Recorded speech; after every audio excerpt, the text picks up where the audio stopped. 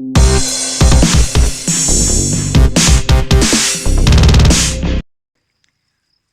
ben voilà, on est parti. Petit tour avec le Slash 4x4 en 3S avec le combo 2800 kV 80 A du Lositane SCTE. Donc on s'est fait un petit parcours au fond du jardin là, tranquille. Ce qui est bien, c'est qu'il est pas très long, donc ça permet de bien exploiter la batterie pendant longtemps parce qu'on n'est jamais à fond. Voilà. Le but c'est pas d'avoir une autonomie de 15 minutes. Donc voilà, on s'amuse bien, tranquille. Une petite tuile qui sert de seau, 2-3 pneus fluorescents pour bien les voir dans l'herbe, et c'est parti. Donc là j'ai enlevé le différentiel central et j'ai mis un slipper dessus. Comme ça permet d'avoir moins une répartition du couple entre le train avant et le train arrière et d'avoir un cul beaucoup plus joueur qu'avec le diff central. Et on peut voir que ça glisse bien. Alors les pneus c'est des petits picots aussi, donc ça va pas énormément accrocher sur l'herbe. Il aurait mieux fallu des pneus type Badland. Mais voilà, on s'amuse bien, ça glisse bien. Le look est là, enfin moi j'aime beaucoup. Et franchement, pas besoin de beaucoup plus pour s'amuser. Hein. Donc Slash 4x4, j'ai fait la présentation il y a quelques temps déjà, quelques jours. Donc si vous voulez aller la voir comme ça, vous savez comment il est équipé. Donc à part le slipper, il est exactement comme dans la vidéo, comme présenté. Donc voilà, si ça vous intéresse. Donc là je fais un petit tour avec le Slash en 3S et après on essayera le Firestorm en 2S. Parce que j'ai envie de terminer la 3S sur celui-là. Et voilà, c'est à peu près tout. Il y en a qui vivent beaucoup plus mal que moi le confinement, donc je vais pas me plaindre, moi je peux rouler. Donc je vous partage ce petit moment de tranquillité après manger en ce week-end de Pâques. On peut voir que les suspensions elles sont bien molles, donc j'ai fait exprès d'enlever les petites cales de réglage des amortisseurs en plastique pour avoir un amortissement vraiment très mou dans l'herbe, vu qu'il n'y a pas réellement de saut à part la petite tuile, il n'y a pas besoin d'avoir des amortisseurs très durs. Et ça permet d'avoir un véhicule très stable dans l'herbe, hein. Vous voyez ça se retourne pas. Bon après je vais pas forcément excessivement vite. Hop. Mais bon, enfin, franchement pour s'amuser c'est largement suffisant. Alors j'ai préféré prendre celui-là que le Lositane SCTE parce que celui-là glisse beaucoup plus, c'est beaucoup plus joueur. Le Lositane SCTE ressemble un peu trop à un buggy 1/8 en comportement. Et c'est pas ce que je préfère le plus en simple run en bâche. Voilà. Un petit slash comme ça qui glisse bien, ça suffit. Et nous avons le premier souci, donc je pense qu'on va passer sur le Firestorm et j'irai réparer ça plus tard. Donc voilà, à tout de suite. Et bien revoilà, on est parti avec le Firestorm en 2S cette fois-ci. Moi je pense que ça suffira largement. J'aime beaucoup cette machine franchement, mais le seul souci que j'ai actuellement là c'est que je vais vous montrer, les pneus ils sont complètement lisses à l'arrière, donc c'est vraiment très glissant. À peine j'accélère un petit coup, ça part à droite ou à gauche. Regardez, je fais à peine le virage, je vais pas très vite pourtant et hop ça se balade. Donc je peux même pas exploiter le brushless. On essayera peut-être d'ici 2-3 minutes les roues du short course pour voir ce que ça donne. Voilà, hop, ça c'est fait. Donc ouais, je disais, les pneus ils sont complètement lisses à l'arrière, donc c'est dur à gérer. On ira essayer les pneus arrière du Slash dessus. Bon, le seul problème c'est qu'il n'y a pas de déport dessus.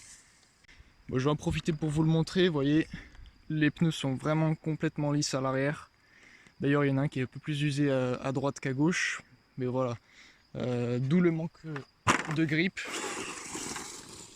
et les virages qui deviennent très difficiles à prendre. L'avantage de cette machine c'est qu'elle est silencieuse, ça c'est vraiment agréable. Si vous voulez juste vous faire un petit run au fond du jardin sans embêter les voisins, il n'y a pas à dire, un petit 4x2 c'est pratique. Regardez, ça fait les épingles dans un mouchoir de poche. Hop, on pivote et c'est reparti. On lâche gaz et on accélère. C'est super plaisant. Bon alors c'est le concurrent du Rustler, hein, donc c'est un modèle qui est quand même là depuis longtemps.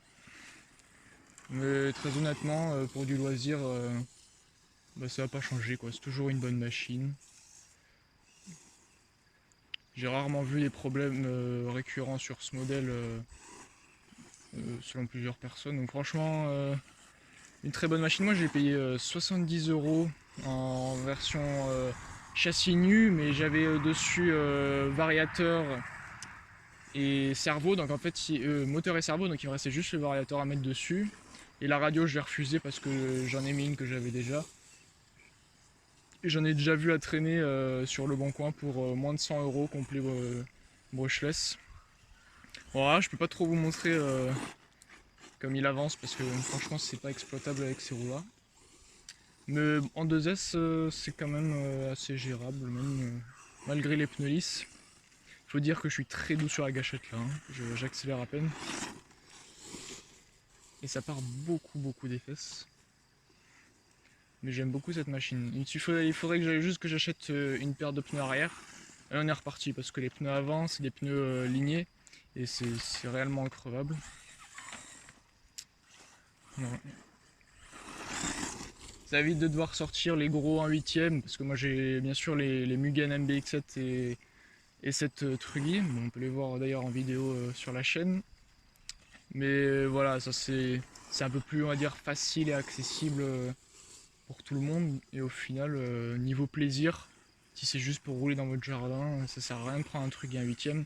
Vous vous amuserez autant avec cette machine, hein. Je ferai peut-être un petit test après en 3S aussi. Là on commence à prendre en main un peu la machine, pardon. On commence à être à l'aise, mais on commence à faire plus de fautes aussi. Voilà. Mais voilà, hop, ça tourne comme il faut. Très beau travers là. Voilà, j'ai un peu coupé. Hop.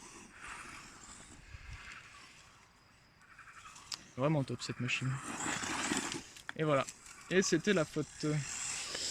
Ce qu'on va faire, c'est qu'on va tout de suite mettre les pneus du slash dessus, qui sont à côté de moi. Et puis on va voir. Le seul problème, c'est que les voies vont être assez réduites à l'arrière, donc on verra le comportement, ça risque d'être un peu bizarre. Mais voilà, je vous tiens au jus. Bon alors le changement a été fait, forcément la gueule en prend un coup. Vous voyez comme c'est étroit à l'arrière par rapport à l'avant. Bon c'est juste en guise de test. Bon déjà ça tracte beaucoup mieux. On est toujours en 2S hein, bien sûr. Bon on sent quand même que les picots arrière, même sur le slash, sont quand même bien déjà usés. C'est pas des pneus neufs du tout. À l'occasion il faudra que je mette des roues. Je pensais partir sur du Louis RC parce que c'est pas très cher et pour du loisir ça me convient amplement. J'ai d'autres machines pour faire de la compétition, donc c'est pas trop mon délire de mettre du matos comme du Proline, etc. À 75 € la paire sur les machines pour rouler une fois par an. Remarque que là, hop, on la remet.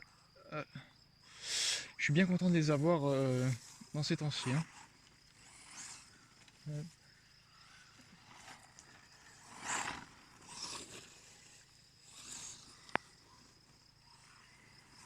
C'est beaucoup plus contrôlable déjà. Bon, ça part encore pas mal d'arrière.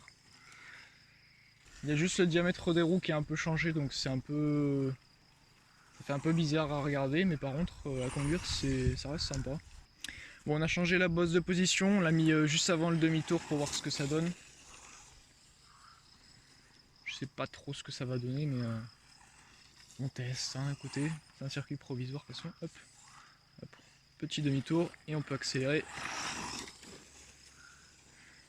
Ah ouais, on gère beaucoup mieux les travers avec des pneus arrière potables. Ça c'est clair. Hop. Un petit coup de gaz et ça fait demi-tour, c'est magique. Et ce silence. Et encore, j'ai pas mis le carter de protection sur le pignon moteur parce que l'axe du moteur est trop long. Donc je peux pas mettre le carter, sinon ça fera encore un peu moins de bruit. C'est un peu risqué, mais j'ai pas encore eu de problème avec ça depuis quelques mois que je roule avec maintenant. Très honnêtement, au niveau performance, ce Firestorm il m'étonne. Hein. Parce qu'il est bien sorti il y a une dizaine d'années, je pense, hein, sans aucun souci. Et il reste tout à fait acceptable. Hein. Pour l'avoir essayé sur piste au circuit des Pennes Mirabeau, donc près de Marseille, sur une piste Astro, il se débrouillait franchement bien. Étonnamment, sans aucun réglage, pneus d'origine, tout d'origine. J'arrivais à boucler des tours de piste sans de soucis. Donc, très honnêtement, si vous voulez tester la piste Astro avec votre petite 4.2 comme un Firestorm, franchement, moi j'y vois aucun problème. Hein. Déjà là, je m'amuse, alors. Hop là.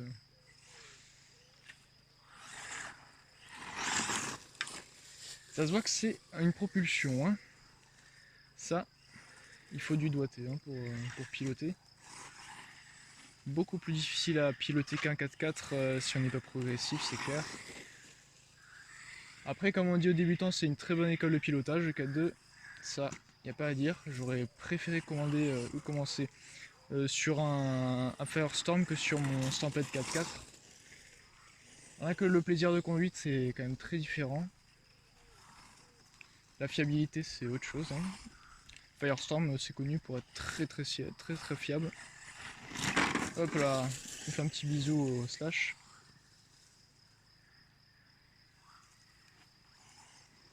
Hop.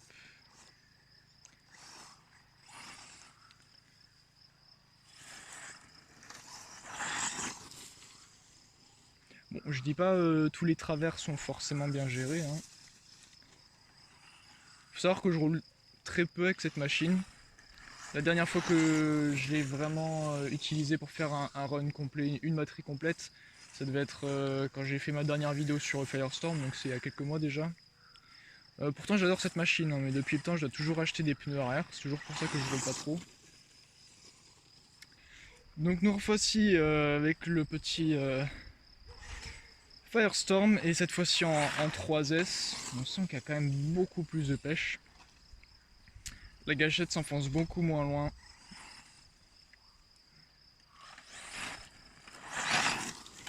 Ça va beaucoup plus vite. Pas forcément très utile dans l'espace restreint que j'ai là.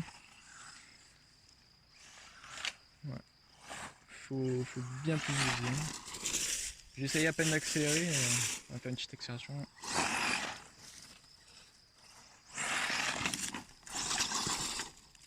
C'est bien violent. Hein. Donc après, c'est sûr qu'en tant que débutant, c'est peut-être pas la 3S qu'il faudra utiliser en premier. Hein. Voilà, juste comme ça. Hein. Mais bon, au moins ça montre que la machine est capable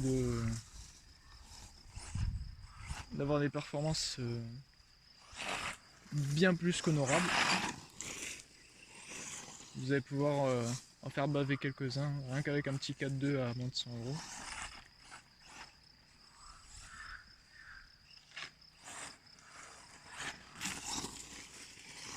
J'essaierai peut-être de faire d'autres petits circuits comme ça pendant ces jours de confinement, comme ça on pourra tester un peu les machines dans une simple utilisation jardin en fait.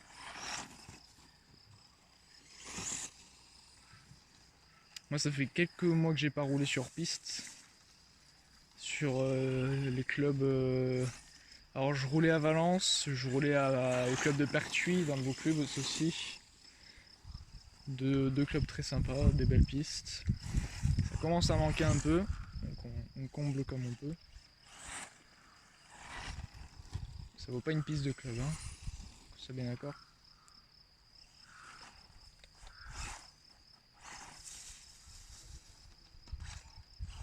La petite bosse qui est beaucoup mieux placée, ouais. Franchement, on a un tracé plutôt agréable.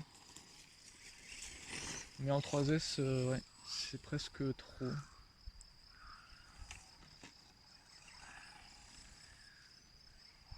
Si je reste à un quart de la gâchette, ça suffit.